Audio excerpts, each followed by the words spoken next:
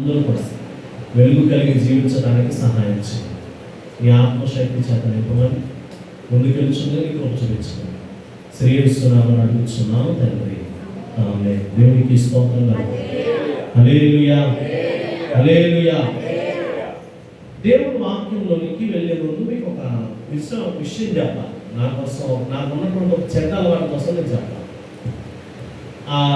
నేను ఎవరి కాలంలో బండి నడపడం నేర్చుకున్న దాని నుంచి సర్వసాధారణంగా ఎవరైనా నా కోసం ఏదన్నా నన్ను తిట్టినా, నా కోసం ఎవరన్నా నన్ను బాధ కలిగించేటువంటి, ఇంకా ఒక మాటలో చెప్పాలంటే కోపం పుట్టేటువంటి మాటలు వాళ్ళు అన్నా, నాకు కోపం వచ్చినప్పుడు తిరిగి అంత గోముని మాట చెప్పను, ఎదిరించను.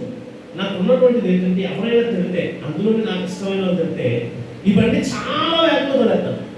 చాలా బండి ఏం చేస్తాను, చాలా వేగంగా దొరేస్తాను. అంటే నాకున్న కోపాన్ని నేను ఏం చేస్తానంటే దాని మీద చూపించుకుంటూ ఉన్నాను. అయితే ఒక విషయాన్ని చాలా సంవత్సరాలు అదే కోపంలో వెళ్ళిపోతూ ఉండేవాడు. ఇంకెవరన్నా ఏమన్నంటే బయటకు వెళ్ళినప్పుడు ఇంకా ఆ ఆలోచనతో, ఆ తలంపులతో ఈ బండి అనేటువంటిది ఏంటంటే చాలా వేగంగా వెళ్ళిపోతూ ఉన్నాను. అయితే ఒక విషయం చెప్తాను చాలా జాగ్రత్తగా. చాలా సంవత్సరాలు దీన్ని ఇది తప్పు అన్న విషయాన్ని నేను గ్రహించుకోవాలి.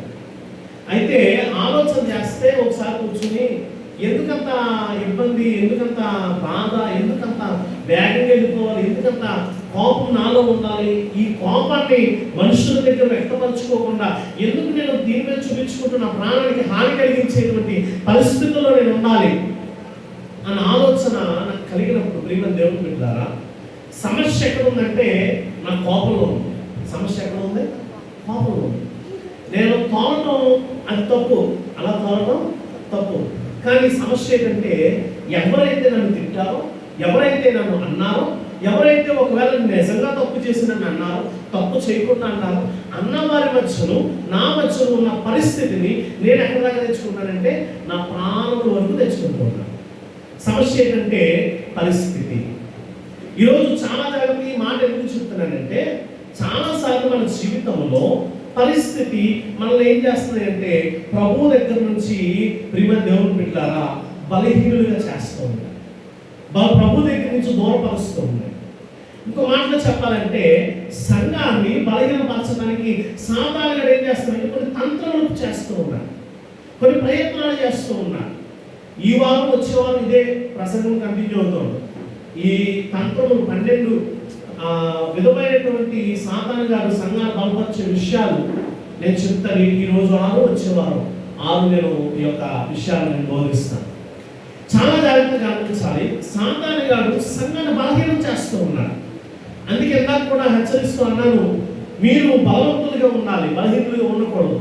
అలా ఉండాలంటే మీలో భక్తి పెరగాలి. మీరేం చేయాలి? భక్తి పెరగాలి. ప్రభు వాక్యము మనందరినీ బలపరచడానికి హెబ్రీయులకు రాసిన పత్రిక 4వ అధ్యాయము 12వ వచనంలో ఈ రీతిగా ఒక మాట రాయబడుతుంది. చాలాసార్లు ఈ మాట మనం జ్ఞాపకం చేసుకుంటూ ఉంటాం. ప్రియమైన దేవుని బిడ్డలారా, మన పరిస్థితులు అలా అవ్వటానికి కారణము మనం చేసేటువంటి భక్తి, మనం చేసేటువంటి ఆ యొక్క విశ్వాసము చెడగొట్టడానికి ఈ పరిస్థితులు సాధారణంగా ఏం చేస్తారంటే కల్పిస్తూ ఉంటారు. కానీ ఈ పరిస్థితులను దాటుకుని మనం జయించాలి అంటే ప్రభు లేఖనంలో ఒక మాట రాయబడింది. 4వ అధ్యాయము 12వ వచనం ఒకసారి చదువుతాం.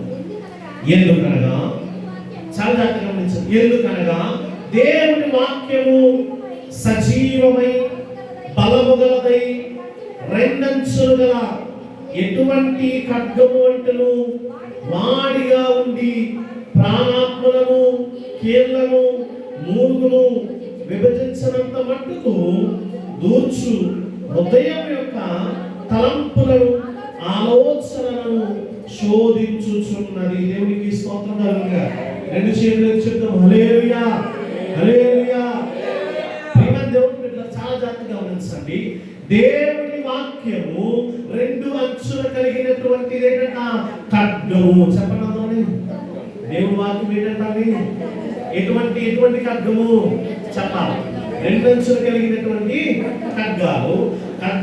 ఆ ఖడ్గం అంట మన కడుపులో దూస్తే, మన శరీరంలో దూస్తే అదంట పొట్ట మీద ఉన్నటువంటి చర్మాన్ని చీల్చుకుని, పొట్టలో ఉన్నటువంటి మాంసము చీల్చుకుని, నరములను చీల్చుకుని, ప్రియమైన లోపల నరాలను చీల్చుకుని ఎముకలలోకి చుచ్చుకుని ఎముకలలో ఉన్నటువంటి మూలుగులోనికి సైతము విభజించబడేటువంటి 2 అంచులు కలిగినటువంటి ఖడ్గము. దేవునికి స్తోత్రం కలుగుతారు. చాలా జాగ్రత్తగా గమనించాలి. ఈ ఖడ్గము దేనికి అంటే మనలో ఉన్నటువంటి బలహీనతలను తొలగించడానికి, మనలో ఉన్నటువంటి శ్రమలను తొలగించడానికి, మన పరిస్థితులు మార్చడానికి, మన కలుగుతున్నటువంటి ప్రతి అంధకార చీకటి శక్తులు కలిగినటువంటి ప్రభావం చేసేటువంటి సాతాను గారి ఉద్దేశాలు, సాతాను గారి యొక్క ఆలోచనలు, మనలో ఉండిపోయినటువంటి పాప స్థితిని మార్చడానికంట ఈ వాక్యము అనేటువంటి ఖడ్గం ఉపయోగపడుతుంది. దేవునికి స్తోత్రం కలుగుతారు. ఏ ఉపయోగపడుతుందండి? వాక్యం అనేటువంటి ఖడ్గం. కారణం ఏంటంటే దానికి 2 అంచులు కలిగినటువంటి పొదలైనటువంటి పరిస్థితులు ఉంచబడ్డాయి. అది ఎటు చూసిన నీలో ఉన్నటువంటి పరిస్థితిని నరకవేయగలదు. అది ఎటు చూసిన నీలో ఉన్నటువంటి సమస్యను నరికివేయగలదు. అది ఎటు చూసిన నీకున్నటువంటి బాధను తీసివేయగలదు. అది ఎక్కడి వరకు వెళ్తుందంటే భక్తుడు అంటున్నాడు, ప్రాణాత్మ దేహంలో దాటుకొని ఇదిగో నీలో ఉన్నటువంటి ఎముక లోపల ఉన్నటువంటి మూలుగు వరకు. దేవునికి స్తోత్రం కలుగుతుంది. రోగం వచ్చింది మన శరీరానికి, బలహీనత వచ్చింది. డాక్టర్ గారు ఏం చేస్తారు చెప్పండి? వైద్యులు ఏం చేస్తారు? ఆపరేషన్ కాదు, ముందు జ్వరం వచ్చింది అనుకోండి. ఈ వారం మా పిల్లలందరికీ జ్వరం వచ్చింది, ఏం చేస్తారు? ఇంజక్షన్ చేస్తారు. ఎక్కడ వరకు వెళ్తుందండి ఇంజక్షన్? శరీరం దాటిలో మాత్రం ఈ కండరాల వరకు, రక్త కణాల వరకు మాత్రం ఏం చేస్తారు ఇంజక్షన్. ఆ ముందు మీ శరీరం అంతా పాకితే ఏం చేయబడుతుంది? స్వస్థపరచు. మనిషి అంతా నిలువెల్ల విషయం అంట బైబిల్లో ఉంది. మనిషి ఏమంట? మనిషి నడిచిన చోట ఏం మొలదంట? గడ్డి కూడా మొలదంట. మనిషి నడిచిన చోట ఏం మొలదంట? గడ్డి కూడా మొలదంట. ఈ మనిషి నిలువెల్ల విషయం అయినప్పుడు మరి ఈ విషయాన్ని, ఈ పాపాన్ని, ఈ యొక్క బలహీనతను, ఈ ఉన్నటువంటి శాపాన్ని తొలగించాలంటే బలమైనటువంటి ఒక ఖడ్గం ఉండాలి. అదే ప్రభువైన యేసయ్య వాక్యం. దేవునికి స్తోత్రం. అది ఎక్కడి వరకు చచ్చుతుందంటే ఈవెన్ నీ యొక్క ఎముకల లోపల ఉన్నటువంటి పాపమును కూడా ఏం చేయగలుగుతుందంట? విభజించగలిగి నేను పరిశుద్ధుడిగా చేయగలిగేటువంటి ఖడ్గం అది. ఈరోజు ప్రియమైన దేవుని బిడ్డలారా, ఆ వాక్యము ఎందుకు మనల్ని బలపరుస్తుందంటే సాతాను గారు చాలా రకమైనటువంటి బలహీనతలను ఎక్కడ తీసుకొస్తున్నాడంట? సంఘములో తీసుకొస్తున్నాడు. చెప్పడంలో ఎక్కడ తీసుకొస్తున్నాడు? సంఘములో తీసుకొస్తున్నాడు. ఆ 12 రకాల్లో కూడా మొదట 6 కూడా మనం చూద్దాం. ప్రియ దేవుని బిడ్డలారా, మొదటిది తప్పుడు బోధ. చెప్పనండి, మొదటి బలహీనత ఏంటంటే సంఘంలో వచ్చింది తప్పుడు బోధ. చాలా మంది తప్పుడు బోధకు లోబడిపోతూ ఉంటారు. సంఘంలో నీవు ఉన్నప్పుడు నువ్వు వింటున్నటువంటి బోధ ఏంటో మనం గ్రహించుకోవాలి. బైబిల్ గ్రంథంలో అపోస్తలులు అనేటువంటి వాళ్ళు చెప్తూ ఒక మాట అన్నారు, ఇదిగో మీరు ప్రభుత్వ సహవాసం చేసేటప్పుడు ఏ బోధ ఉండాలంట? అపోస్తలుల బోధ ఏదో. చెప్పండి, ఏ బోధ ఏదో? అపోస్తలుల బోధ ఏదో. వారితో సహవాసం అను, రొట్టె విరుచుకునేందుకు మీరేం కలిగి ఉండాలి? సహవాసం, ఎడతెగక ప్రార్థన చేస్తూ ప్రభుత్వం ఏకీవించేటువంటి సందర్భాలు మీరు కలిగి ఉండాలి. దేవునికి స్తోత్రం. మనలో అపోస్తలులకు బోధ ఉండాలి, తప్పుడు బోధ ఉండకూడదు. ఏమనకూడదండి? తప్పుడు బోధ ఉండకూడదు. చాలా మంది ఎందుకు తప్పుడు బోధ ఇప్పుడున్న తప్పుడు బోధ అని ఆలోచించారు. ఇప్పుడు కాదు, అలనాడు అపోస్తలుల కాలంలోనే ఉంచబడింది. చూడండి, ఒక మాట మీకు చూపిస్తాను. ప్రియమైన దేవుని బిడ్డలారా, 2వ పేతురు రాసిన పత్రిక 2వ అధ్యాయం, 2వ పేతురు రాసిన పత్రిక 2వ అధ్యాయం, పేతురు రాసినటువంటి 2వ పత్రిక 2వ అధ్యాయం 1వ వచనం ఒకసారి మనం చూద్దాం. మరియు అబద్ధ ప్రవక్తలు ప్రజలతో ఉండిరి, అటువలనే మీలోను అబద్ధ బోధకులందరూ మీరు తమను కొనిన ప్రభువును కూడా విసర్జించుచు తమకు తామే శీఘ్రముగా నాశనము కలుగజేసుకొనుచు నాశనకరమగు భిన్నాభిప్రాయములను రహస్యముగా బోధించుదురు. దేవునికి స్తోత్రం కలుగుగాక. అప్పుడే ఉన్నాడంట అపోస్తలులైనటువంటి పేతురు, అక్కడ ఉన్నటువంటి ఆదిమ సంఘానికి చెప్తున్నటువంటి మాట ఏంటో తెలుసా? అబద్ధ ప్రవక్తలు ఎవరైతే ఉండేవారో, ఏ ప్రవక్తలంట? చెప్పండి, ఏ ప్రవక్తలంట? పాత నిబంధన గ్రంథంలో చాలా మంది అబద్ధ ప్రవక్తలు ఉన్నారు, అవునే కదా? యెజబెలు ఒక అబద్ధ ప్రవక్త, బిలాము మొదట దేవుడి ప్రవక్త, తర్వాత అబద్ధ ప్రవక్త అయిపోయాడు. ఇలా చెప్పుకుంటూ పోతే చాలా మంది అబద్ధ ప్రవక్తలు ఉన్నారు. ప్రభు ఒక మాట చెప్తే దాన్ని విరోధముగా మార్చి చెప్పేటువంటి లక్షణం ఎవరిదే? అబద్ధ ప్రవక్తల యొక్క లక్షణము. ప్రియమైన దేవుని బిడ్డలు చాలా జాగ్రత్తగా గమనించండి, ఆలోచన చేయండి, గ్రహించండి. ప్రియమైన దేవుని బిడ్డలు చాలా దృష్టి పెట్టండి. ఈ అబద్ధ యొక్క ప్రవర్తన కలిగినటువంటి ప్రవక్తలు ఎలాగైతే ఉండేవారో ఇప్పటి కాలానికంట ఎవరున్నారంట? అబద్ధముగా బోధించే వాళ్ళు ఉన్నారంట. దేవునికి స్తోత్రం కలుగుతారు. ఎవరున్నారంటే అబద్ధముగా బోధించే వాళ్ళు ఉన్నారు. ఈ బోధ పట్ల మిమ్మల్ని ఎలా ఉండమంటున్నాడు? జాగ్రత్త వహించమంటున్నాడు. ఈ బోధ పట్ల మీరు సరిగ్గా ఉండమంటున్నాడు. బైబిల్ గ్రంథంలోనే ఒక అబద్ధ బోధకులు ఉన్నారు. వారు ఏం చేశారన్న విషయాన్ని మీకు జ్ఞాపకం చేసి నేను ముగిస్తాను. ప్రియమైన దేవుడు ఈ యొక్క విషయాన్ని నేను చెప్తాను. 1 తిమోతికి రాసిన పత్రిక 1:20 2 తిమోతికి రాసిన పత్రిక 2:17-18 ఇంటికి వెళ్ళాక చదువుకుని ఇందులో ఉన్నటువంటి మాట ఏంటంటే, అపోస్తలుడైన పౌలు తిమోతికి రాస్తూ, ఆ తిమోతికి ఒక పత్రిక రాస్తూ ఆత్మీయ కుమారుడైన తిమోతికి ఏమంటాడు తెలుసా? ప్రియమైన దేవుడు బిడ్డలారా, కుమారుడైన అలెగ్జాండరు మరియు ఫిలోతు అనేటువంటి అబద్ధ బోధకులు ఉన్నారంట. చెప్పండి, ఎవరున్నారంట? ముగ్గురు పేర్లు చెప్పారు. వీళ్ళు ముగ్గురు ఎవరంట? అబద్ధ బోధకులు. వీళ్ళు ముగ్గురు ఎవరంట? అబద్ధ బోధకులు. ఈ అబద్ధ బోధకులు ఏం చెప్పారంటే ఈయన అబద్ధం ఏంటి అని ఆలోచన చేస్తే, పునరుత్థానం అంట అప్పటి కాలంలోనే అయిపోయింది. ఇదివరకే పునరుత్థానం అయిపోయింది. ఈ పునరుత్థానపు దినం కోసము భక్తుల యొక్క విశ్వాసాన్ని పాడు చేయడానికి వీళ్ళు ఏం చెప్పేవారంట? అబద్ధ బోధనలు చెప్పేవారు. ఈరోజు చాలా సార్లు వాక్యములు చాలా మంది ఏంటంటే అబద్ధములో నడిపిస్తూ ఉన్నారు, అసత్యములో నడిపిస్తూ ఉన్నారు. వాక్యం ఏమో ప్రభు ఏమన్నాడు తెలుసా? సత్యము అని అన్నాడు. వాక్యం ప్రభు ఏమన్నాడు? సత్యము అంటే ఈరోజు చాలా మంది ఏం చేస్తున్నారంటే అబద్ధ బోధనలో నడిపిస్తూ ఉన్నారు. ఎవరు నడిపిస్తున్నారు అబద్ధ బోధనలో? కొంతమంది సేవకులు అవ్వచ్చు, సంఘ పెద్దలు అవ్వచ్చు, దేవుడు వాక్యం వాళ్ళు ఎవరైనా అవ్వచ్చు. సొంత ప్రయోజనాల కొరకు వాళ్ళు ఏం చేస్తున్నారంట? బోధను అబద్ధము చేస్తూ ఉన్నారు. బోధను నిష్ప్రయోజనము చేస్తూ ఉన్నారు. బోధను అసత్యము చేస్తూ ఉన్నారు. స్వభావాలను ఉపయోగించుకుంటూ ఉన్నారు. అదే బోధంట? అబద్ధము బోధ. ప్రభు కార్యానికి ప్రియమైన దేవుడికి వ్యతిరేకముగా వాళ్ళ బోధ ఉంటూ ఉంది. కారణం ఏంటంటే స్వలాభం ఆశించి పనిచేస్తారు, ప్రయోజనం ఆశించి పనిచేస్తూ ఉన్నారు. వాళ్ళంట ఈ యొక్క ముగ్గురు కూడా ఎవరైతే హుమాయూను, అలెగ్జాండరు, అంతేకాకుండా ప్రియమైన దేవుని బిడ్డలారా ఫిలేతు అనేటువంటి ముగ్గురు ఉన్నారో వీళ్ళు వారి వైపు ఆకర్షించబడడానికి పునరుత్థానం కోసం ఏం చెప్తున్నారంట? అబద్ధపు బోధను బోధిస్తున్నారు. ఈ అబద్ధ బోధనకు నువ్వు ఏం చేయకూడదు అంటే సంఘము లోపడకూడదు. సంఘం ఏం చేయకూడదు? లోపడకూడదు. ఏది సత్యమైన బోధ, ఏది అబద్ధమైన బోధ, అది ప్రభు దగ్గర నువ్వు ప్రార్థన చేసుకుని ఏం చేస్తున్నావంటే దాన్ని తెలుసుకునే వారిగా ఉండాలి. అబద్ధ బోధన పడిపోతే నీ విశ్వాసం ఏమైపోతుందంటే సమస్యలు పోతాయి, నీ విశ్వాసం తొలగిపోద్ది, నీ విశ్వాసం బలహీనం అయిపోతే సంఘము పడిపోతుంది. దేవునికి స్తోత్రం. ఇక్కడే సమీపంలో కావాలి పేర్లు కట్టమని ప్రస్తావించిన కానీ ఆవిడంట యేసుక్రీస్తుతో పోల్చుకుంటున్నాడు. ఎవరితో పోల్చుకుంటుంది? ఊరేగింపులు చేయించుకుంటుంది, ప్రియమైన పోలీసులు ఇచ్చుకుంటుంది, దండలు వేయించుకుంటుంది. ఆవిడ ప్రవక్తి అని చెప్పి 200 మంది విశ్వాసులను తప్పుడు యొక్క బోధన ఏం చేస్తుందంటే నడిపిస్తుంది. నేను రాబోయే క్రీస్తు అంటుంది. ఆవిడెవరంట? రాబోయే క్రీస్తు అంటుంది. ఇటువంటి అబద్ధ బోధ సంఘమును పాపము చేసే విధంగా చేస్తుంది కానీ పరిశుద్ధపరచదు. దేవునికి స్తోత్రం. బైబిల్ చక్కటి మాట, సత్యమును మీరు గ్రహించినప్పుడు సత్యము మీరు ఏం కలిగేస్తారంట? స్వతంత్రము కలిగజేస్తారు. దేవునికి స్తోత్రం. బైబిల్ గ్రంథాన్ని ప్రభు ఎందుకు నీకు ఇచ్చాడో తెలుసా? ఈ సత్యాన్ని ఎందుకు నీకు ఇచ్చాడో తెలుసా? ప్రభువులో నువ్వు స్వతంత్రం కలిగి ఉండాలి. నువ్వు బానిసగా ఉండడానికి ప్రభు ఇష్టపడట్లేదు. నువ్వు బలహీనంగా ఉండడానికి ప్రభు ఇష్టపడట్లేదు. ఒకరి కింద నువ్వు బానిసగా ఉండటానికి, సాతాను గారి కింద బానిసగా ఉండటానికి, సాతాను పెట్టేటువంటి ఇబ్బందుల కింద నువ్వు కష్టపడటానికి ప్రభు ఇష్టపడట్లేదు. కాబట్టి నీలో సత్యం అనేటువంటి వాక్యాన్ని నింపాడు. దేవునికి స్తోత్రం కలుగుతారు. ఈ వాక్యం కోసం 119 అధ్యాయం అంతా కూడా రాయబడింది.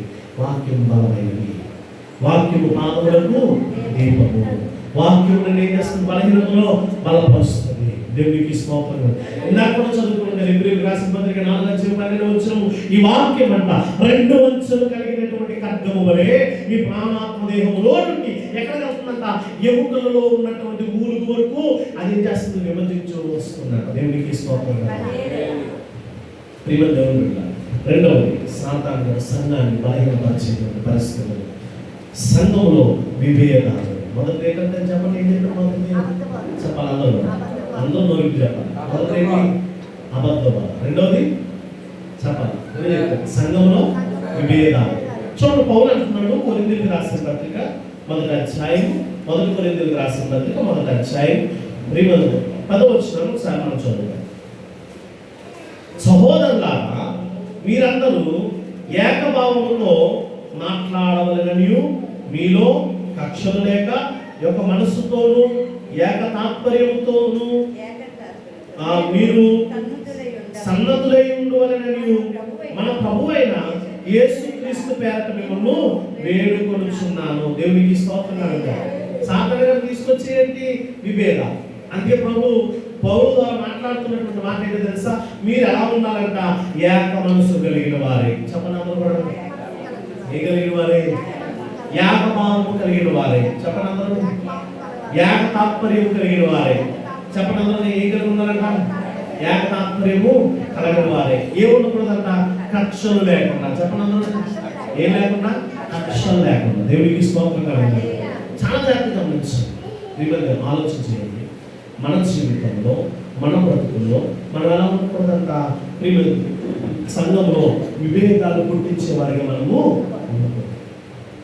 చాలా మంది సంఘంలో ఎలా ఉంటారంటే విభేదాలను కలిగించేవారు. ఎందుకు ఈ మాట పౌలు కొరింథీ సంఘాన్ని చెప్తూ ఉన్నాడంటే, చూడండి, ఇదే కొరింథీయులకు రాసిన పత్రికలో 1వ అధ్యాయంలోనే, మొదటి కొరింథీయులు 1వ అధ్యాయంలోనే 12వ మాట ఒకసారి మనం చదువుతాం. మీలో ఒకడు నేను పౌలు వాడును, ఒకడు నేను అపోస్తుల వాడును, మరొకడు నేను కేఫా వాడును, ఇంకొకడు నేను క్రీస్తు వాడనని చెప్పుకొనుచున్నవారని నా యొక్క తాత్పర్యము. ఇక్కడ జరిగిన సంగతి ఏంటి?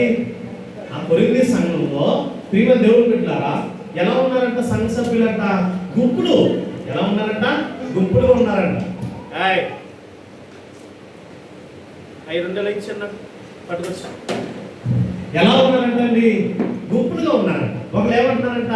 నేను పౌలు వాడు అంటున్నారంట. ఒకరు ఏమంటారంట? నేను పౌలు వాడు. మరొకరు ఏమంటారంట? నేను కేఫా వాడిని అంటారు. మరొకరు ఏమంటారంట? నేను అపోస్తులు అంటున్నాను. మరొకరు ఏమంటారంట? ఇలా రకరకాలుగా గుంపులు కలిగిస్తూ ఉన్నారు. అంటే మీకు అర్థమయ్యేలా చెప్తాను.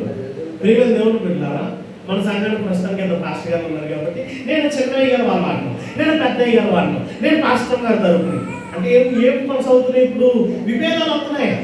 ఏమవుతున్నాయి? విభేదాలు వస్తున్నాయి. ప్రియమైన దేవుడు బిడ్డలారా, సమస్యలు పెరుగుతూ ఉన్నాయి. సంఘం మధ్యలో విభేదాలు వస్తూ ఉన్నాయి. అందుకే సంఘాలు ఏమవుతున్నాయి అంటే విడిపోతూ ఉన్నాయి. ఇప్పటి కాలంలో ఏంటి విభేదం అంటే, మాది ఈ కులం, మాది ఈ మతం, మాది ఈ వర్గం, మేము ఉన్నతమైన వారు, మేము డబ్బు లేని వారు, మేము డబ్బు కలిగిన వారు. ఇలా సంఘం ఏం చేయబడుతుందంట? విభజించబడుతుంది. ఏం చూపిస్తున్నారంటే సంఘములో విభేదాలు చూపిస్తున్నారు. ప్రభు వాక్యం చాలా స్పష్టంగా చెప్పిందండి, సంఘమును పాడు చేయవాడిని ఎవరు పాడు చేస్తారన్నా? దేవుడు పాడు చేస్తారు. చాలా ఒళ్ళు దగ్గర పెట్టుకుని సంఘానికి వచ్చావంటే నీ కులం నీకు ఉండకూడదు. సంఘానికి వచ్చావంటే నువ్వు ధనవంతుడు పేదవాడు అనే స్థితి ఉండకూడదు. సంఘానికి వచ్చావంటే నీ కుటుంబం ఏంటో నీకు తెలియకూడదు. నువ్వు సంఘానికి వచ్చావంటే నీ చుట్టుపక్కల ప్రతి పరిస్థితి విడిచిపెట్టి నువ్వు ప్రభు వాడు. దేవునికి స్తోత్రం. మనం ఆయన వైపు గొర్రెలు మాత్రమే. హల్లెలూయా. దీన మనసుకులై మనం ప్రభు సన్నిధిలో ఏం చేయాలండి? అడుగు పెట్టేవాడు. ఇది మానేసిన రోజు సంఘాలు ఏం చేస్తున్నాయన్నా? విభేదాలు తెచ్చుకుంటూ ఉన్నాయి. విభేదాలు తెచ్చుకుంటాం. అనేకమైనటువంటి ప్రియమైన దేవుడు బిడ్డలారా, మతము, కులము అనే వ్యవస్థలు తెచ్చుకుంటూ ఉన్నాయి. ప్రభు లేకుండా చెప్పబడిన నాకు మాట్లాడి తెలుసా? యేసు ప్రభు అందరికీ ప్రభు. చెప్పండి అందరూ. యేసు ప్రభు అందరికీ ప్రభు. అందరికీ ప్రభు. ఆయన బైబిల్ చెప్తున్న యోహాను 3:16 దేవుడు లోకమును ఎంతో ప్రేమించాడట, కాగా తన ద్వితీయ కుమారుణ్ణి అందరి కోసం ప్రేమించాడు కాబట్టి, అందరినీ ప్రేమించాడు కాబట్టి ఆయన తన ద్వితీయ కుమారుని మన కోసం ఏం చేశాడంట? కలువరి శిలువలో త్యాగం చేశాడు. దేవునికి స్తోత్రం. కాపుల కోసం త్యాగం చేశాడు, శక్తి మంచుల కోసం త్యాగం చేశాడు, మానవుల కోసం త్యాగం చేశాడు, ఇంకా బలహీన వర్గమైన కోసం త్యాగం చేశాడు. లేదా వేరు వేరు వాళ్ళ కోసం, వేరు వేరు మతస్థుల కోసం, వేరు వేరు కులాల కోసం త్యాగం లేదు. ఆయన అందరి కొరకు, ఇంకా ఆయన యవ్వన కాలంలోనే, ఆయన బలవంతుల సమయంలోనే, ఆయన యవ్వన కాలంలో బలము కలిగిన వాడే ఉండగానే క్రీస్తు బలహీనమైన మన కొరకు, పాపము చేత పీడించబడుతున్న మన కొరకు రిక్తునిగా ఏం చేశారంట? కల్వరి శిలువలో మరణించారు. కులవర్గము లేదు ఆయన, మతవర్గము లేదు ఆయన. అప్పుడు కూడా నేను అపోస్తులను పౌలు తాలూక, నేను అపోస్తులు తాలూక, నేను పేతురు తాలూక ఇలా చెప్పుకుంటున్నానంటే సంఘంలో విభేదాలు వస్తాయి. పౌలు అంటున్నాడు, అయ్యా మీరు అలా చెప్పవద్దు, మీరు అలాగా సంఘంలో విభేదాలు ఉన్నదానికి వీలు. సంఘంలో ఎటువంటి తాత్పర్యము, ఏక తాత్పర్యము, ఏక మనస్సు, అందరూ కలిగి ఆరాధన చేస్తే పరిశుద్ధాత్మ శక్తి కలిగి వచ్చాడు. హల్లెలూయా. అది ఏక మనస్సు కలిగి ఉండాలి. ప్రభువు లేఖనం చెప్తుంది ఏముంటున్నాయంట? విభేదాలు. పోసిన పౌలంటారు మీరు అలా కక్షలతో ఉండకూడదు. ఏమనుకోదు? కక్షలతో ఉండకూడదు. ప్రభువు లేఖనం చెప్తుంది మనం తీర్పు తీర్చుకోవడానికి సరిపోవాలి. తీర్పు తీర్చడం మన పని. మూడోది, మీరు మొదటి కొరింథీయులకు రాసిన పత్రిక 5వ అధ్యాయం, మొదటి కొరింథీయులకు రాసిన పత్రిక 5వ అధ్యాయం 6వ వచనంలో మీరు అతిశయపడుట మంచిది కాదు. పులుసుల పిండి కొంచెమైన ముద్దంతయు పులియ చేయుడని మీరు ఎరుగరా. దేవునికి స్తోత్రం కలుగురా. చాలా జాతి మాట్లాడవచ్చు. మూడవది ఏంటంటే పాపాన్ని సహించడం. మూడవది ఏంటండి?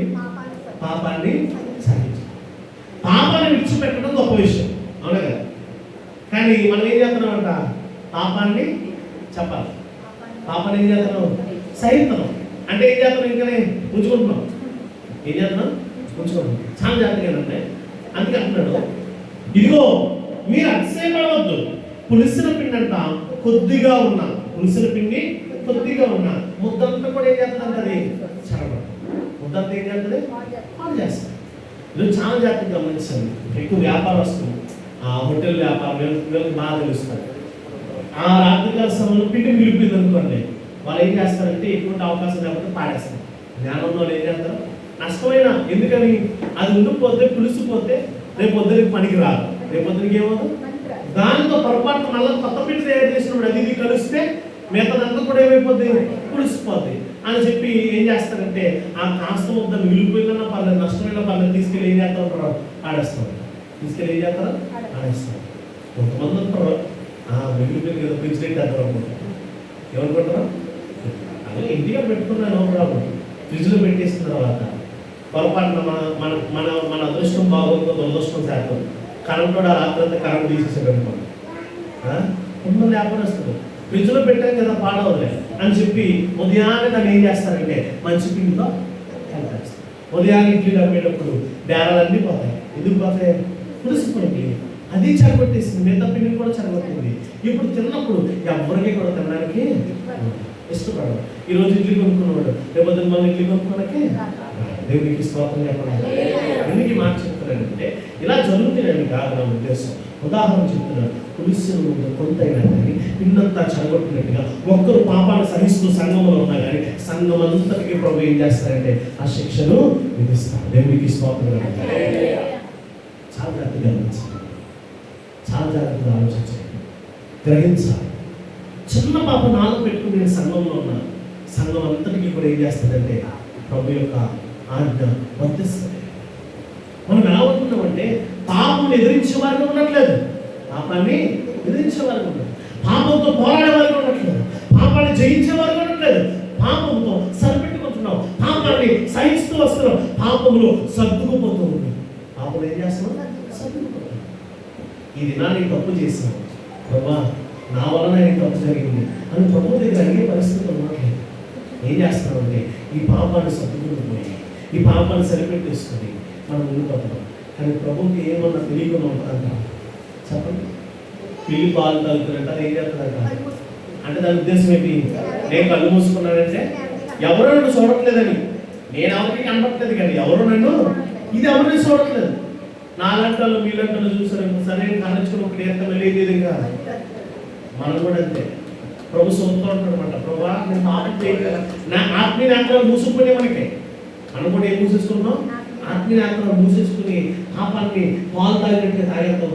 ప్రభు ఎప్పుడు సొంతాడు ఒకే ఒకటి మెల్లగా చేస్తాడు, ఇంకా దెబ్బతో పాపం అనే జోలికి వెళ్ళకుండా ఈరోజు మనం ఆలోచన చేయాలి. దేవుని దేవుడున్నారా మన జీవితంలో మనం చిన్న ఉంటే మనలో పాపం ఉంది, కానీ పరిశుద్ధుల మధ్యలో ఉన్నాం. మన పాపము పరిశుద్ధులందరినీ చెడగొడుతుంది. మన పాపం ఏం చేస్తుంది? పరిశుద్ధులందరినీ చెడగొడుతుంది. పరిశుద్ధులందరి మీదకి మచ్చలేస్తుంది. పరిశుద్ధులందరి జీవితాలకి నష్టం కలగజేస్తుంది. పాపాలు విడిచిపెట్టి బ్రతికంటున్నాడు ప్రభు. నీకున్నటువంటి పాప పరిస్థితులను విడిచిపెట్టు. దినదినము అంట, దినదినము యేసులో మనకు ఎలా అవ్వాలంట? చేరువు కావాలంట. దేవుడికి తీసుకోవాలంట. మంచి మాటలు. దినదినము యేసుతో దగ్గరగా చేరుతా, అనుదినము యేసుతోనే. దేవుడికి స్తోత్రం కలుగుతారు. దినదినం ఎక్కడ చేరాలంట? ప్రభువుకి దగ్గరగా చేరాలంటే పాపాలు విడిచిపెట్టిన జీవితం నీలో ఉండాలి. దేవుడికి స్తోత్రం కలుగుతారు. సంఘం ఏం చేస్తుందంటే, అప్పుడు కొరింథీయుల సంఘంలో కొంతమంది స్వభావాలు ఎలా ఉంటాయంటే పులిసిన పిల్లలు వలె ఉంటాయి కదా. ఇందాక చెప్పాను కదా, విభేదాలని. అది పాపమే. ఇలా ఒకటి కాదు, రెండు కాదు, ఒకదాని తర్వాత ఏదో ఒక శాపము పాపము మనలో ఉంచుకొని ప్రభు సన్నిధికి వచ్చేసి పరిశుద్ధుడా అని చెప్పి ఆరాధించడం కానీ ప్రభుని ఆరాధన మీకు వచ్చింది. కారణం ఏంటంటే నిన్ను బట్టి నీ చుట్టూ ఉన్నటువంటి వారిని కూడా ప్రభు ఆలోచనవలసి వస్తుంది. ఇంకో మాట చెప్తాను చాలా దగ్గర బైబిల్ గ్రంథంలో యెహోషువ కాలంలో ఆకాను అనేటువంటి ఒక వ్యక్తి ఉంది. ప్రభు ఏమన్నాడంటే, మీరు వెళ్ళండి, మీరు ఎక్కడికి వెళ్ళాలి? మీరు వెళ్ళండి, యుద్ధం చేయండి. మీరు వెళ్ళండి, మీరు ఏం చేయాలి? యుద్ధం చేయండి. మీరు వెళ్ళి యుద్ధం చేసి అక్కడ ఉన్నది ఏది కూడా తెచ్చుకోవద్దు. ప్రభు ఏమన్నాడు? అక్కడ ఉన్నది ఏది కూడా ఆశించదు. అసలు ఏది కూడా మీకు అవసరం లేదు అని చెప్పి ప్రభు చెప్తాడు. యెహోషువ తన సైన్యము ఆకాను అందరూ కూడా వెళ్ళారు. అందరూ కూడా యుద్ధం చేశారు. అందరూ దేవుడు గొప్ప చేయనిచ్చారు.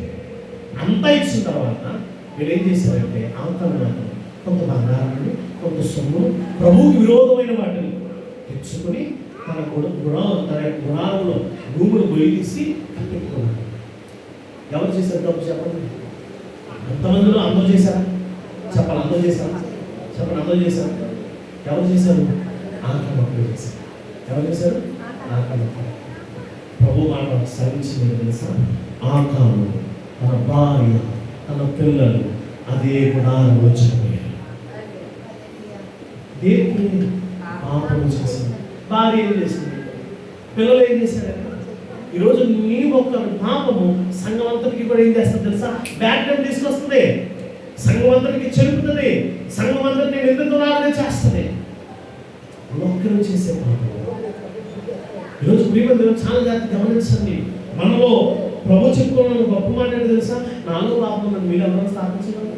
సంఘం రేపు పొద్దున ఆయన దగ్గరికి వెళ్ళేసరికి మనం కూడా అడగాలి, ప్రభు నాలో పాపం ఎవరైనా చెప్పగలరు? ఎవరు చెప్పలేనట్టుగా మనం పరిశుద్ధులు తీర్చబడాలి. దేవునికి స్తోత్రం.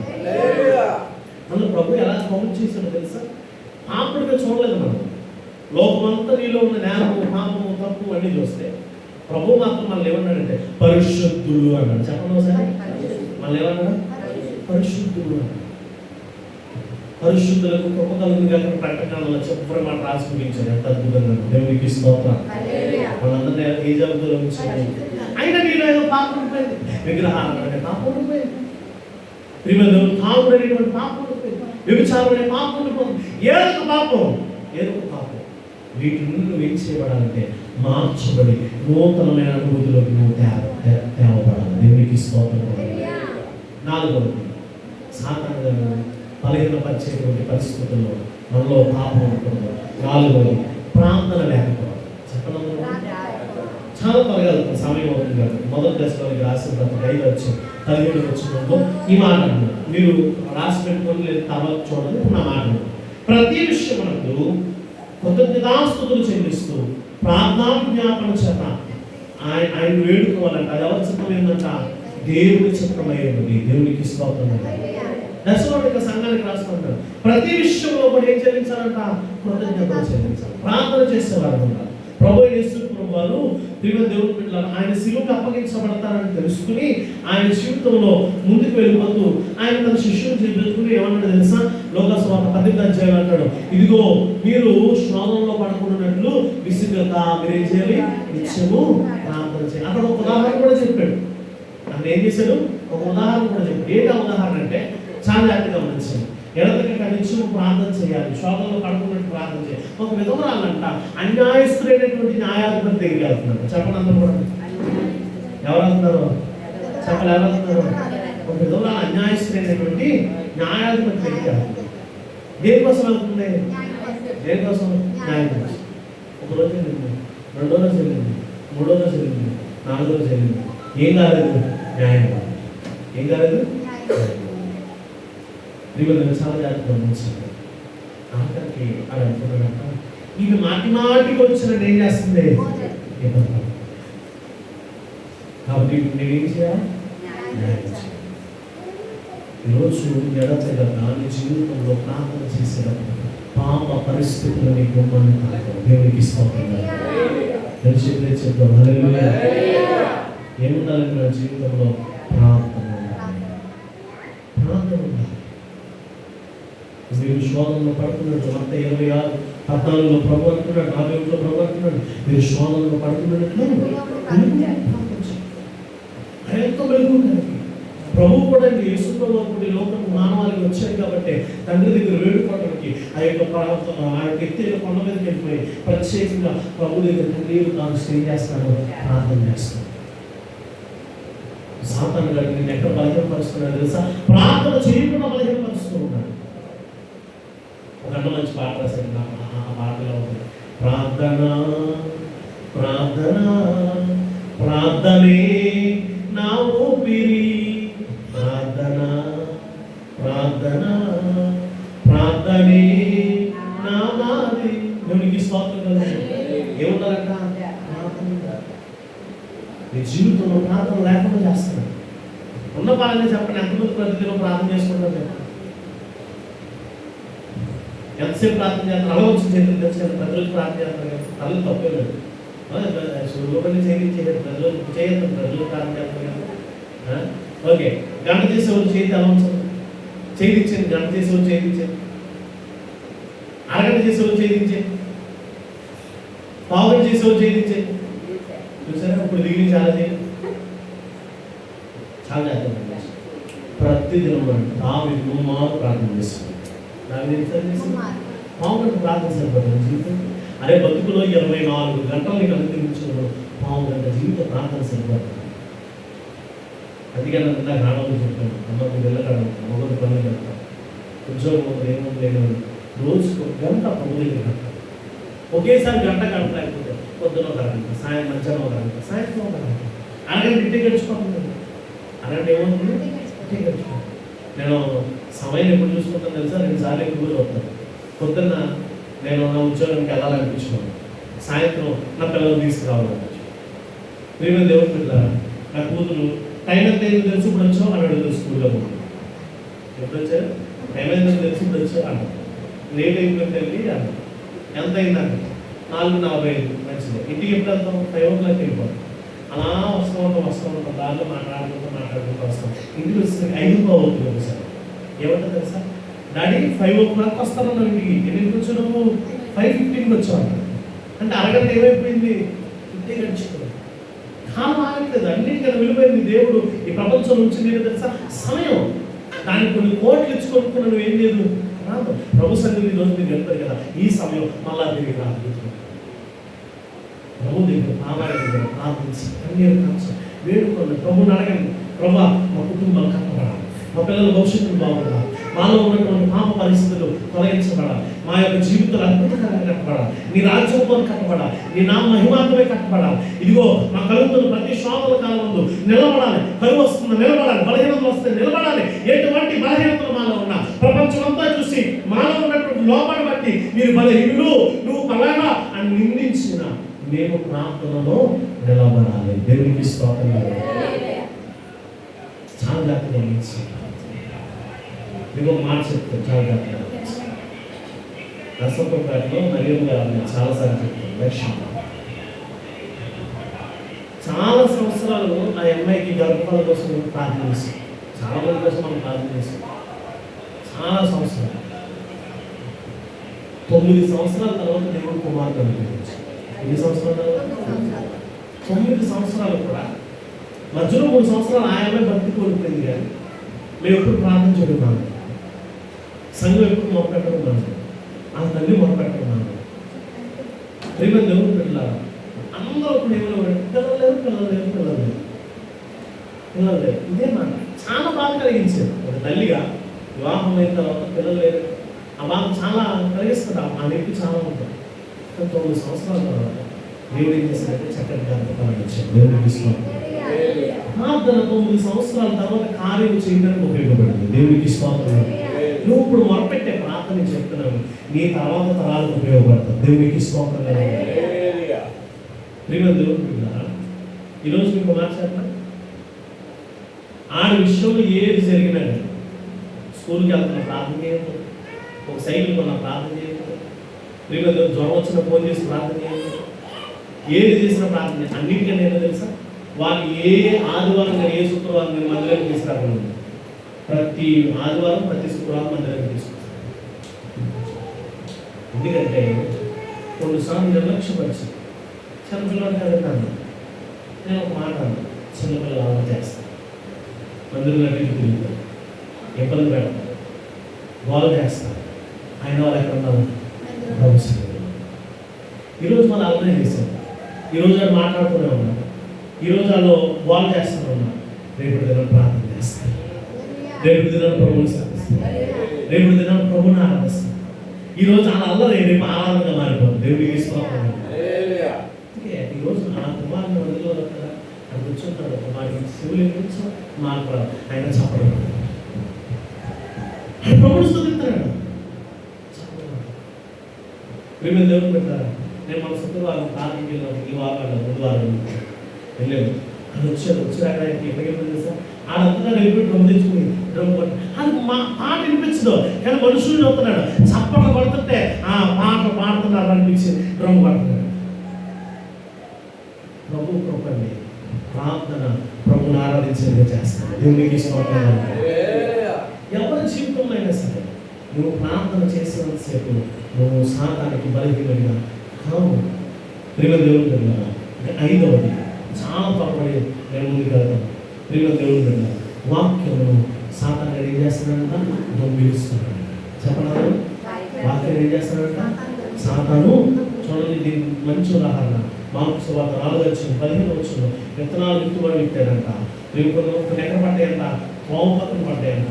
త్రోవ పక్కన పడి ఏం చేయబడ్డాయంట, పక్షులు వచ్చి వాటిని చెప్పాలి, పక్షులు వచ్చి వాటిని అయితే తీసుకుంటాను దొంగిలించి. నేను వాక్యం చెప్తానండి, నేను వాక్యాన్ని ప్రకటిస్తున్నాను. మీలో పడుకునే వాళ్ళు కొంతమంది ఉంటారు, ఎక్కడ ఆలోచించే వాళ్ళు కొంతమంది ఉంటారు. అంటే దానికి అర్థమైనా తెలుసా, నీ భూమిని ఉదయం అనేటువంటి మంచి నేలను నువ్వు చదువు చేసుకుని చక్క చేసుకుని ప్రభు దగ్గరికి రాలా. నేను విత్తే విత్తనం నీ పక్కన పడిపోతుంది. అవి ఏం చేయబడుతున్నాయి అంటే ఎత్తుపోతున్నాయి. సాతాను క్రియల ద్వారా ఎత్తుకుపోతున్నాడు. నీ పరిస్థితులు అనుకూలం లేని పరిస్థితుల్లో ఎత్తుకుపోతున్నాడు. నీలో ఉన్నటువంటి ఆ యొక్క అబద్ధము ఆత్మ ద్వారా వాడు ఏం చేస్తున్నాడంటే ఈ విత్తనాలు అన్నీ కూడా ఎత్తుకుపోతున్నాడు. ఇప్పుడు నీలో విత్తనం మొదలలేదు, ఫలించలేదు, మెరుగుపరచలేదు, నీలో మొలక రాలేదు, మొక్కపోయలేదు, చెత్తవ్వలేదు, ఫలం ఇవ్వలేదు. నీ జీవితం ఎలా ఉంటుందంటే ఎండు బారిపోయినటువంటి నేలలే, శాపగ్రస్తమైనటువంటి నేలలే. కారణం ఏంటంటే నీలో వాక్యం ఎవరితో తెలుసుకున్నాడు, సాధారణంగా తెలుసుకున్నాడు. చాలాసార్లు మన జీవితంలోని సాధారణ గారు మనకు కలుగుతున్న ప్రతి పరిస్థితులు దొంగిలించిపోతున్నాడు. మొట్టమొదటి దొంగతనం చేశారు ఎక్కడ, అవాదం లేదు. ఎవరన్నాడు, ఆదామా ఇది జీవ జ్ఞానం నుంచి తెలివిచ్చేటువంటి జీవవృక్షము, దీని మీద తినకూడదు అని చెప్పినప్పుడు చాలా కాలం అనుకున్నారు. వాడు వచ్చి ఒకటే అన్నాడు, నిజమా అన్నాడు. ప్రభు మనకు గమనించాడు, వాళ్ళు తిన్నారు. ఈనాటికి మనము కూడా ఆ యొక్క బాధను వస్తూ ఉన్నాం. దేవుడికి ఇస్తున్నాం. ఒక మాన అవిధేయత ఈ లోకానికి ఏం తీసుకొచ్చింది, పాపాన్ని తీసుకొచ్చింది. ఈరోజు నువ్వు ఏ అవిధేయత అయితే వాక్యాన్ని నీ దగ్గర నుంచి దొంగిలించుకుపోతున్నావో వాళ్ళ దగ్గర నుంచి నువ్వు ఏం నేర్చుకుంటున్నావు అంటే అవిధేయత నేర్చుకుంటున్నావు, పాపాన్ని నేర్చుకుంటున్నావు, శాపాన్ని నేర్చుకుంటున్నావు. నీ బ్రతుకును మార్చుకునే పరిస్థితులు నీలో ఉండట్లేదు. ఈరోజు నేను చెప్తున్నాను, ప్రేమతో చెప్తున్నాను, నీలో ఉన్న వాక్యము పరిశుద్ధమైనటువంటి హృదయముగా కార్యములు జరిగించాలి. కానీ నీలో ఉన్న వాక్యము దొంగిలించబడకూడదు. నీలో ఉన్న వాక్యము సాతాన్ని ఎత్తుకోకూడదు. నిద్ర ద్వారానో, నిర్లక్ష్యం ద్వారానో, అనాలోచన ద్వారానో ప్రభు కార్యాలు జరిగించకుండా నీలో అబద్ధమైన ఆలోచనలు పుడుతూ నీలో ఉన్న వాక్యాన్ని దేవుడు వాక్యాన్ని సాధారణంగా ఏం చేయకూడదు, ఎక్కువపోకూడదు. ప్రభు వాక్యం ఫలించాలంటే వెంటనే నాటేసుకోవాలి, వెంటనే నీరు పోయాలి, వెంటనే ఎరువిసుకోవాలి, వెంటనే అది తిరిగించుకోవాలి, వెంటనే ఫలం అనుభవించాలి. దేవునికి స్తోత్రం. సాధారణ సంఘాన్ని వాళ్ళు ఏం చేస్తారు, వాక్యమును విత్తకుండా దొంగిలిస్తూ వాక్యాలను కబ్జా చేస్తాం. ఎలా కబ్జా చేస్తారో సింపుల్గా చెప్తే చాలా జాగ్రత్తగా ఉంచాలి. ప్రతి ఆదివారం మందికి వెళ్ళే మనం ఒక ఆదివారం ప్రొఫెసర్ దిగారు, వాక్యాన్ని దొంగిలించేసారు. ప్రతి శుక్రవారం ఉపవాసం ఉండేది, ఒక శుక్రవారం ఏదో వారం తెచ్చి ఉపవాసం ఉండట్లేదు, అది మీకున్నటువంటి భక్తులు దొంగిలించేసారు. ప్రతి వారం కూడా మైకెట్టుకుని పాట పాడే నీవు ఆ వారంలో పాట పాడలేదు. ఏం చేశారు తెలుసా, నీలో ఉన్న భక్తిని దొంగిలించేశారు. వాక్యం ఏం చేయబడింది, దొంగిలించబడింది. దొంగిలించబడితే సామాన్యులు తోలుచుకోలేదు. వీళ్ళు మాట చెప్పిన ఎప్పుడైతే అంట ప్రభు ఆత్మ దావీదులోకి వచ్చిందో, సౌలు దగ్గర నుంచి ఏమైపోయిందంట, ప్రభు ఆత్మలకు దురాత్మ వచ్చేసింది. మనందరూ ప్రభు ఆత్మ చేత నింపబడింది కాక, దేవుడు వాక్యం చేత నింపబడింది కాక. ఇంకొక చివరి మాట నేను చెప్పి ముగిస్తాను. ప్రియమైన నిజమైన మారు మనసులే సాధారణ సంఘాన్ని ఎందుకు బలహీనం చేస్తామో తెలుసా, నీళ్ళు ఏమన్నట్లేదు, నిజమైన మారు మనసు ఉంటుంది. బైబిల్ గ్రంథంలో మనం చూస్తే 2 కొరింథీయులకు రాసిన పత్రిక 5:15 ఇదిగో సమస్తము పాపం అయిపోయినాయి అంట. ఇప్పుడు మీరందరూ ఎవరంటే క్రీస్తులో నూతన సృష్టి, పాపం లేపించను, సమస్తం అయిపోయినాయంట, ప్రతి అయిపోయినాయి. మీరు క్రీస్తుని ఎప్పుడైతే అంగీకరించారో, మానవత్వం పొందారో, ఆయన మాట ఎప్పుడైతే విన్నారో, ఆయన తలంపుల వైపు, ఆయన ఆలోచన వైపు ఎప్పుడైతే మీరు తిరిగారో, మీరు క్రీస్తుని ఎలా మార్చబడ్డారు చెప్పండి, నూతన సృష్టిగా మార్చబడ్డారు. దేవునికి స్తోత్రం. ఇప్పుడు ఆ మారు మనస్సును, ఆ యొక్క మారు మనసు ఏదైతే రూపంలో దాన్ని పట్టుకుని ఏం చేయాలంటే బ్రతికే వారిగా ఉన్నారు. దేవునికి స్తోత్రం. ఆ మారు మనసు ప్రభు లేకపోతే కదా, మారు మనసు తగిన ఫలములను మీరు ఫలించండి. ఏం ఫలము ఫలించాలంట, మారు మనసు తగిన ఫలములు ఫలించాలి. మారు మనసు తగిన జీవితం జీవించాలి. మారు మనసు తగినటువంటి పరిస్థితులు మనం కలిగి ఉండాలి. నువ్వు శుద్ధుడివి, పరిశుద్ధుడివి, ప్రభు రక్తము చేత కడగబడినటువంటి వారు, పాపము తొలగించుకోబడినటువంటి వారు, శాప జీవితాన్ని విడిచిపెట్టిన వారు, మనలో ఉన్న పాప పరిస్థితులు, మనలో ఉన్నటువంటి రోగ పరిస్థితులు, మనలో ఉన్నటువంటి శాపం అనుభవించే పరిస్థితులు ప్రభు తీసివేసి ఆయన పరిశుద్ధ రక్తాన్ని ఇచ్చి మన కొరకు చెల్లించి మనం పవిత్రులుగా చేశాడు. కారణం ఏంటో తెలుసా, మారు మనసు తగిన ఫలములు నువ్వు నీ జీవితంలో ఫలించాలని. ఈరోజు మనం ఏం చేస్తున్నాం తెలుసా, ఆ ఫలము కాస్త పక్కన ప్రభు ఇచ్చిన భక్తి నువ్వు చేయలేదు. మారు మనసు చల్లటి లేదు తెలిసి ఈ రోజులో మన యొక్క పరిస్థితి, మనం దేనికైతే బానిస అయిపోతున్నాము అదే మన మారు మనసు ఏం చేస్తుంది, చదవబడుతున్నాం. ఈరోజు నువ్వు మారు మనసు పొందలేవు, ప్రభు కట్టుకోవాలి కదా. పౌలు ఎంత ధైర్యంగా తెలుసా, ఎవరు తెలుసా, నేను క్రీస్తుని పోలి నడుచుకున్నాను కాబట్టి మీరు నన్ను పోలి చెప్పడం, మీరు నన్ను పోలి ఎవరు పోలి నడుచుకోవాలి, మనం ప్రభువుని నడుచుకోవాలి. ఎంత ధైర్యం ఉన్న మాట చెప్తాను చెప్పడం. దేవుడు ఇచ్చిన మారు మనసును కాపాడుతున్నాడు. దేవుడు ఏమన్నా తెలుసా, అందరూ ఎవరమంట ప్రత్యేకించబడ్డారు. అందరూ మనం ఎవరంటే ప్రత్యేకించబడ్డారు. లోకంతో సంబంధం ఉండదు, లోకం సాంగత్యం నీకు మంచిది కాదు, అన్యులతో సహవాసం నీకు మంచిది కాదు. ప్రత్యేకించబడింది నీవు మారు మనసు, దాని తగిన ఫలంలో ఫలించాలి. ప్రియమైన దేవుడు తింటారా, నీ పిల్లలు ఇంకా మందులుగా కాదన్నా, నీ కుటుంబం ఇంకా ఆశీర్వాదకరంగా ఉన్నారన్నా, నీ సహవాసము, నీ పనితనము, నీ యొక్క నడవడిక, నీ యొక్క సంబంధము ప్రియమైన దేవుడు తింటారా దైవికమైన వారితో గడపలేదు. ప్రియమైన దేవుడు తింటారా చాలా జాగ్రత్తగా ఉండించండి. ఒక మంచి ఇల్లు కట్టుకున్నాడు, వాళ్ళు ఆశించింది ఏదో తెలుసా, అయినా కన్నా కూడా ప్రభువులు అనుకున్నాం అనుకున్నాను. ఎందుకు తెలుసా, వాళ్ళ సహవాసం తప్పకూడదు, వాళ్ళు ఏమాత్రం కూడా పాప పరిస్థితులు వెళ్ళిపోకూడదు, వాళ్ళు నాకు ఏమాత్రం కూడా బలహీనలు వెళ్ళిపోకూడదు, నా దాచారాలు వెళ్ళిపోకూడదు. పైన ప్రార్థన ఉండాలి, కింద ప్రార్థన ఉండాలి, గృహంతో కూడా ఏమై ఉండాలా, ప్రార్థనతో నిండి ఉండాలి. అది మారు మనసు తగిన ఫలం. ఈరోజు మనం ఏం చేస్తున్నాం, కావాలని చెప్పి అన్ని జనులతో ముచ్చటగా ఉన్నాం, అన్ని జనులతో సహవాసాలు చేస్తూ ఉన్నాం, వాళ్ళ అలవాట్లు నేర్చుకుంటూ ఉన్నాం, వాళ్ళ అలవాట్లు మన పిల్లలకు నేర్పిస్తూ ఉన్నాం, వాళ్ళ పద్ధతులు మన పిల్లలకు నేర్పిస్తూ ఉన్నాం. మీ పిల్లలు శాపగ్రస్తులు కదా, దైవికమైన భక్తిని నేర్పించాలి. ఈరోజు మందిరంలో మాట్లాడుకుంటారు పిల్లలు, రేపు మందిరంలో అందరూ చేస్తారు పిల్లలు, ఎల్లుండో మాట్లాడుతున్నారు పిల్లలు. ఏదో ఒకటి నువ్వు ఇంటికాడ నేర్పించే భక్తి, నువ్వు ఇంటికాడ నేర్పించే ప్రార్థన, నువ్వు ఇంటికాడ నేర్పించే పాట వాళ్ళ ప్రభు సన్నిధిలో ఆరాధికులుగా మారుస్తారు. అది మార్గం దేవునికి నీ పిల్లలని అక్కడ ఇక్కడికి పంపే ముందు నువ్వు నీ ఇంటికాడ పెట్టు, ప్రతిదినము ప్రార్థన చేయి, వాళ్ళకి నేర్పించు, ప్రభు వాక్యాలు నేర్పించు. నేను ఒక గిఫ్ట్ సుఖాన కోసం రెడీ చేశాను, చిన్న గిఫ్టే, పెద్ద విలువైంది. ఎందుకంటే మీరు మనం గ్రూప్లో కూడా వచ్చుంటాం 2 సంవత్సరాల పిల్లలు ధర్మశాస్త్రాలు ఏంటంటే 5 టక్కడగా చెప్పేసింది. బైబిల్ మొత్తం 2 పుస్తకాలు అంటే టక్కడగా చెప్పేసి ప్రియమైన దేవుని పిల్లరా ఇంకా చాలా విషయాలు సువార్తలు ఏంటంటే టక్కడగా చెప్పేసి 2 సంవత్సరాల పిల్ల తల్లి దగ్గర పెట్టుకుని ఏం చేస్తున్నారని నేర్పిస్తారు. ప్రియమైన దేవుని పిల్ల నేర్పించాలి మన పిల్లలకి. నేర్పిస్తే బాలును నడవలసిన త్రోవ వాడికి నేర్పించు. పెద్దవాడైనప్పుడు దాని నుండి ఏం చేయవాడు? నుండి నేర్పించాలి. తల్లిగా నీ బాధ్యతలు పిల్లలు పక్కన పెట్టుకుని ప్రభు వాక్యాలు నేర్పించాలి, ప్రభు మాటలు నేర్పించాలి, చిన్న వయసు నుండి నేర్పించాలి. ఈ మాట చెప్పిన సేవ మేము బండి మీద 2 రోజులు స్కూల్కి వెళ్ళి వచ్చేటప్పుడు ఒక్కోసారి మాట్లాడుకుంటాం. లేకపోతే సేవ ఏం చేస్తాం తెలుసా, ఏదో పాట పాడుతూనే ఉంటాడు, అది ప్రభు పాటలు పాడుతూ ఉంటాడు. ఎందుకంటే నేను అనుకుంటాను బెస్సీ కన్నా సేవ పడుతూ ఉన్నప్పుడు మా మిస్సెస్ గారు ఏం చేసేవారంటే ఎక్కువ పాటలు వింటానే ఉండేది, ఎక్కువ పాటలు వింటానే ఉండేది. ఆ దైవికమైన భక్తి ఏమవుతుందంటే అలవాటు అవుతుంది. వాళ్ళు అల్లరి చేస్తారు, వాళ్ళు తప్పు చేస్తారు, అది మాత్రం నయించారు. కానీ వారిని మనం ఎలా ఎదిగించాలి? వారు మారు మనసు తగిన ఫలములు మాత్రమే ఫలించాలి. వాళ్ళ నా జీవితంలో మనం కూడా అంతే ఎదిగిపోయి ఉన్నాం, ప్రభు భక్తిలో ఉన్నాం, దానికి తగిన ఫలాలు మీలో కనిపించాలి, దానికి తగిన ప్రత్యేకత మీలో కనిపించాలి. మీరు చూడగానే నేను దగ్గర వచ్చి మా కుటుంబం కోసం ప్రార్థన చేయాలి అనాలే, అది మారు మనసు పడుతుంది. మా కుటుంబం కోసం ప్రార్థన అనాలి, అది మారు మనసు తగ్గుతుంది. మీ సేవకు తీసుకురండి, మారు మనసు తగ్గుతుంది. ప్రార్థన చేయడం మా కోసం మారు మనసు తగ్గుతాం. ఆ భక్తి మీలో కనిపిస్తే 10 మంది దగ్గరికి వస్తారు. దేవుడికి ఇష్టం. అంతేగాని ఈ సహవాసం ఈ యొక్క ఆ యొక్క పరిస్థితి ప్రభు దగ్గర గడపకుండా అనేక చోట్ల గడుపుతూ మారు మనసు తగిన పనులు లేకుండా నీ జీవితాన్ని ఏం చేసుకోవాలంటే బలహీనము చేసుకో. ఏం చేసుకుంటాము? బలహీనం చేసుకో. నువ్వు మారు మనసు తగిన పనులు కలిసి ప్రభు కృపలో గడపాలి. అందుకే సాధారణ గడప బలహీన పరిచేటువంటి 6 పరిస్థితులు చెప్పారు. ప్రార్థన లేకపోయినా, మారు మనసు తగిన ఫలములు లేకపోయినా, ఎటువంటి పరిస్థితులు ఆత్మీయమైన భక్తి నీ దగ్గర లేకపోయినా, అబద్ధ బోధన నీ జీవితంలో ఉంది, నువ్వేమైపోతావంటే ప్రభుకి దోహం.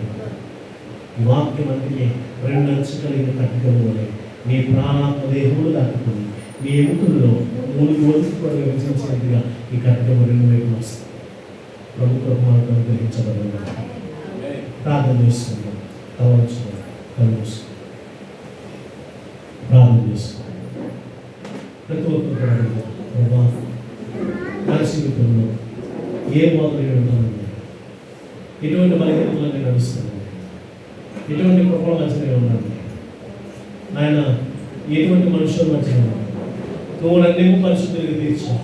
నాలో ఇంకా పాపం పోలేదు, నాలో ఇంకా శాంతం పోలేదు, నాలో ఇంకా బలహీనత పోలేదు, నాకు ఉన్నటువంటి అనేకమైన సమస్యలు పోలేదు. ఆయన మారు మనసు తగిన ఫలం నాలో లేదు, మారు మనసు తగిన జీవితం నాలో లేదు. నేను సహాయం చేయాలి. నీ కుమారుడిగా నేను ఉంచబడాలి, నీ పిల్లలుగా నేను ఉంచబడాలి. నాయన నాలో ఏమైనా నాయన ప్రభావ ఎందుకు తండ్రి నువ్వు ఇచ్చేటువంటి వాక్యము నాలో చదువు కూడా దొంగిలించుకోవాలి. నీ వాక్యాన్ని బట్టి నేను నడుచుకోవాలి, నీ వాక్య ప్రభావంలో నేను ఉండాలి, నీ వాక్యాన్ని బట్టి నేను ఎదగాలి. సహాయం చేయాలి. ఆయన ప్రార్థనలు లేని జీవితం అయిపోతున్నాడు, ప్రార్థనకు దూరం అయిపోతున్నాడు. నీ ప్రార్థనలో నేను ఉండాలి, నీ ప్రార్థనే నా ఊపిరైపోతున్నాను, నీ ప్రార్థనే నా జీవితాన్ని కట్టే విధంగా మార్చబడాలి. అయ్యా సహాయం చేయాలి.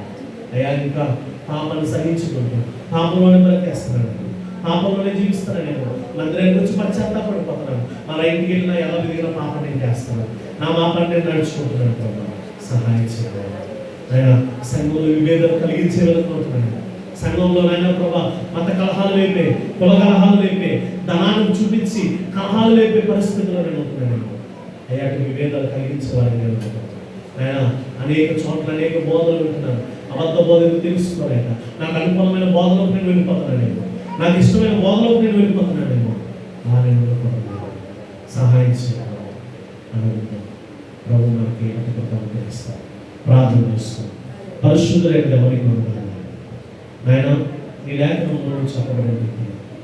నాయన నా జీవితంలో సాధారణంగా బాగా కలిసేటువంటి 6 సంగతులు నేను వేస్తాను. తప్పుడు బోధ నాయన ప్రభు తండ్రి, మా జీవితంలో ప్రార్థన లేకపోవడం, నాయన ప్రభు ఎదుగుతుంది మా జీవితంలో మేము నాయన ప్రభు పాపం చేస్తూ ఉండడం, నాయన మా జీవితంలో నాయన ప్రభు మేము నీకు ఇష్టం కాకుండా, నీ భక్తిని లేకుండా, నీ మాట వినకుండా నడుచుకోవడం, నాయన ప్రభు మారు మనసు దగ్గర ఫలము లేకుండా జీవించడం, ఆయన ఇంకా అనేకమైనటువంటి నాయన బలహీనతల ద్వారానే సాధారణంగా మా సంఘాన్ని బలహీనపరుస్తుంది. మేము బలమైన సంఘముగా కట్టబడదుము గాక, మారు మనసు దగ్గర ఫలములు ఫలించుదుము గాక, ప్రార్థన జీవితం మాలో ఎక్కువ ఉంది గాక, మా పరిస్థితులు మార్చబడును గాక, పరిశుద్ధుల సంఘంలో మేము చేర్చబడదుము గాక, అటు కృపను మాకు అనుగ్రహించదు గాక. సహాయం చేయండి, మీకు చూపించు వాక్యంలో ప్రతి ఒక్కటి మేము జ్ఞాపకం చేస్తాం.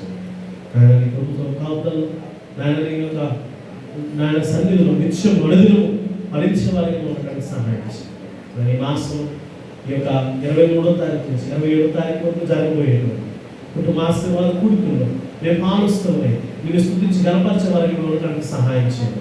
మీకు చూపించండి. శ్రీ యేసు నామమున అడుగుచున్నాము తండ్రి. ఆమేన్. అందరికీ వందనాలు. ప్రార్థిస్తాం.